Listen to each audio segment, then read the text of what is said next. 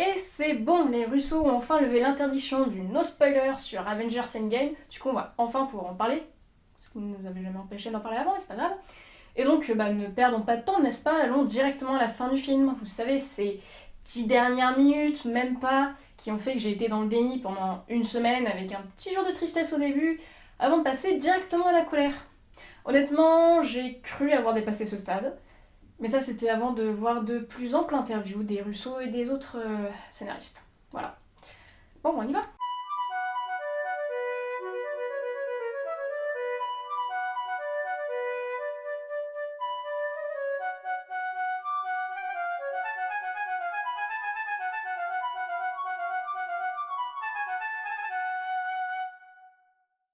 Tout d'abord, qu'est-ce que le queerbaiting? Le queerbaiting, c'est une notion à mettre en lien direct avec celle de la représentation, qui est, je vous l'accorde, une notion qui peut faire polémique. Mais enfin, tout ce que je vais dire là peut faire polémique. La représentation, donc, c'est cette idée d'inclure des personnages dans votre média qui ne sont ni des hommes, ni cis, ni blancs, afin de permettre au plus grand nombre de pouvoir s'identifier à ce personnage-là. Ça a l'air de rien comme ça a même l'air d'être juste du politiquement correct, mais je peux vous dire que se retrouver soudainement nez à nez avec un personnage qui incarne un côté de vous-même qui est mal vu, voire pas accepté par la société, ça fait quelque chose. Le queerbaiting, par contre, c'est l'inverse de la représentation. C'est promouvoir un média, un film, en mettant en avant un personnage qui serait justement issu de cette diversité. Par exemple, un personnage gay, sauf que, ce personnage, bizarrement, il semble finir avec une femme à la fin. Oups. Honnêtement, je ne me suis jamais vraiment souciée de ces histoires de queerbaiting. La dernière fois que j'étais plus ou moins mêlée, c'était pour la fin de la saison 4 de Sherlock, sur la BBC. Bon, alors je dois dire que j'étais un peu biaisée, parce que pour moi, Sherlock n'est pas du tout homosexuel, il est asexuel. Enfin, toujours est-il que la scène du câlin, pour moi, confirmait le ship John Locke, confirmait ce lien super intime que j'avais perçu sur les 4 saisons. Sauf que pour tous les autres, cette scène du câlin, c'était du queerbaiting. Et c'est là que je me suis aperçue qu'il y avait un petit problème, c'est que du coup, l'amour entre John Watson et Sherlock Holmes se devait d'être sexuel pour être vraiment de l'amour. C'est-à-dire que sinon, c'était juste une amitié comme une autre. Une amitié comme, par exemple, entre Sherlock et Lestrade. Et la fin d'Endgame, c'est exactement le même problème. Ça veut dire que la façon dont ils ont traité la fin de Steve Rogers, ça nous donne une image de l'amour et du bonheur, mais à gerber en fait. Elle est incroyablement rétrograde et réductrice. Pour être honnête, la fin donnée à Captain America se justifie assez aisément. Il fallait donner à Chris Evans l'opportunité de se retirer du MCU, et en même temps donner à Steve Rogers une fin heureuse. Quand même. Au bout du compte, il l'a bien mérité. Du coup, le fait qu'il ait vécu sa vie dans le passé fait que on est sûr qu'il a bien vécu sa vie heureuse, parce que sinon, si c'était juste une petite promesse de « Oh, il va vivre heureux dans sa ferme, comme Thanos », le prochain film pourrait venir tout casser. Le problème, il n'est pas là. Le problème, il est dans la cause. Dans comment ça s'est passé. Parce que ça a été le choix de Steve. C'est-à-dire que ce qu'on aurait pu s'attendre, ce qui aurait été beaucoup mieux, c'était un sacrifice. Un coup de « Oh non, il n'y a plus assez de particules PIM pour tous nous faire revenir dans le présent. Eh bien, je me sacrifie, je vais rester dans le passé, de toute façon, je viens déjà de là. » Non, c'était un choix délibéré de Steve. Qui, du coup, a blessé, c'est moi compter... Ouais, c'est ça, 6 personnages. 6 arcs narratifs piétinés à cause de ce choix narratif. Yeah. Commençons le décompte. Steve justifie son choix en disant qu'il a voulu aller tester cette vie que Tony et Natasha lui conseillaient. Sauf que ni l'un ni l'autre ne lui conseillaient d'aller la vivre dans le passé. Tony, quand il rencontre son père en 1970, n'essaye pas de faire durer l'entrevue outre mesure. Il veut une discussion avec son père parce qu'il a besoin de parler de quelque chose, il en a besoin pour avancer. La discussion finie, il part. Quant à Natasha, elle a passé tout le film du deuxième Captain America à essayer de caser Steve Non pas pour essayer de jouer la matchmaker ou je ne sais quoi, mais pour être sûr que Steve allait avoir une ancre, quelque chose qui l'aiderait à s'installer dans ce nouveau siècle, cette nouvelle époque, et d'arrêter d'être enfin cet homme hors de son temps. Donc voilà, ça fait déjà 2 personnages que Steve déshonore par son choix. Les 2 étant morts. Comme le respect du coup. J'ai parlé du deuxième film Captain America.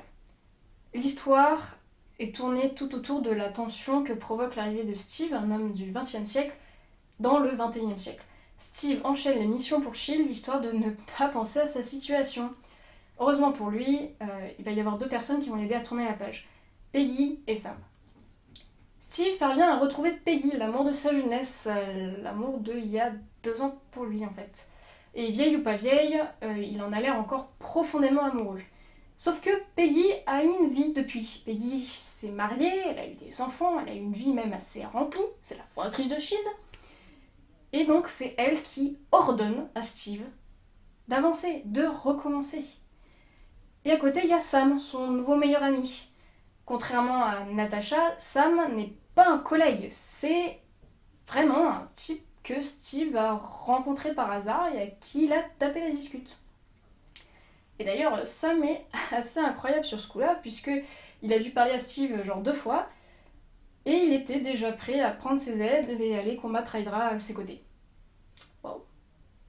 Quel ami, n'est-ce pas? Du coup, revenons à la décision finale de Steve. Steve savait que Peggy allait avoir une belle vie, et du coup, il lui en a privé pour vivre sa petite histoire d'amour assez égoïstement. Sachant qu'en plus, le personnage de Peggy Carter avait un spin-off nommé Agent Carter, qui pour la première saison se concentrait quand même assez bien sur le fait que Peggy avait à tourner la page sur la mort de Steve et qu'elle aidait même Howard Stark à faire de même. Et à la fin de la saison 2, le futur mari de Steve, il y avait une très forte chance que ça puisse être Daniel Souza, un ancien combattant, du coup handicapé, et qui est super gentil, je chie à fond. Sachant que Edwin Jarvis apparaît dans Endgame, ça confirme que Agent Carter est au moins un tout petit peu canon dans la MCU. Du coup, tout ça, tous ces arcs narratifs, ils les ont jetés à la poubelle parce que Peggy était le seul crush canon et hétéro de Steve. Je vois pas d'autre explication.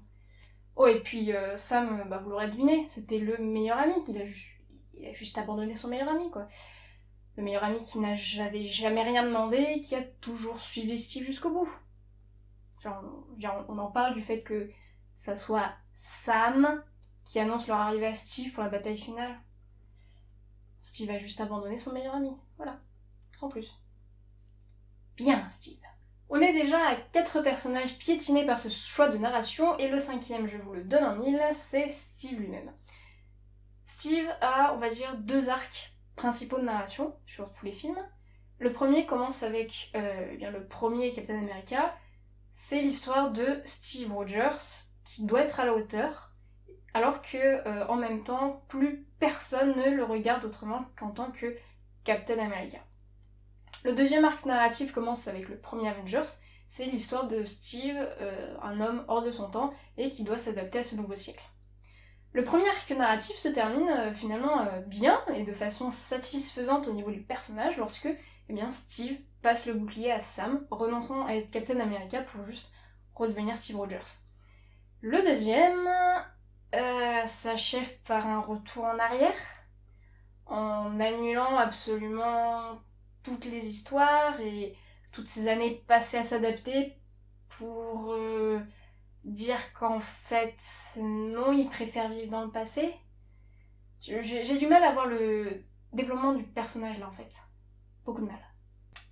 Bien entendu, maintenant il va falloir parler de Bucky Barnes. Steve est bisexuel, c'est canon. Ensuite, qu'il soit amoureux ou non de Bucky, ou que ça soit juste un amour aussi fort que platonique, ça je vous laisse en décider, je m'en fiche. Le fait est, ils sont pas juste amis, et ils sont pas frères. Je veux pas dire, mais la dernière fois que quelqu'un a sorti cette excuse des frères, c'était pour parler de Grindelwald et Dumbledore.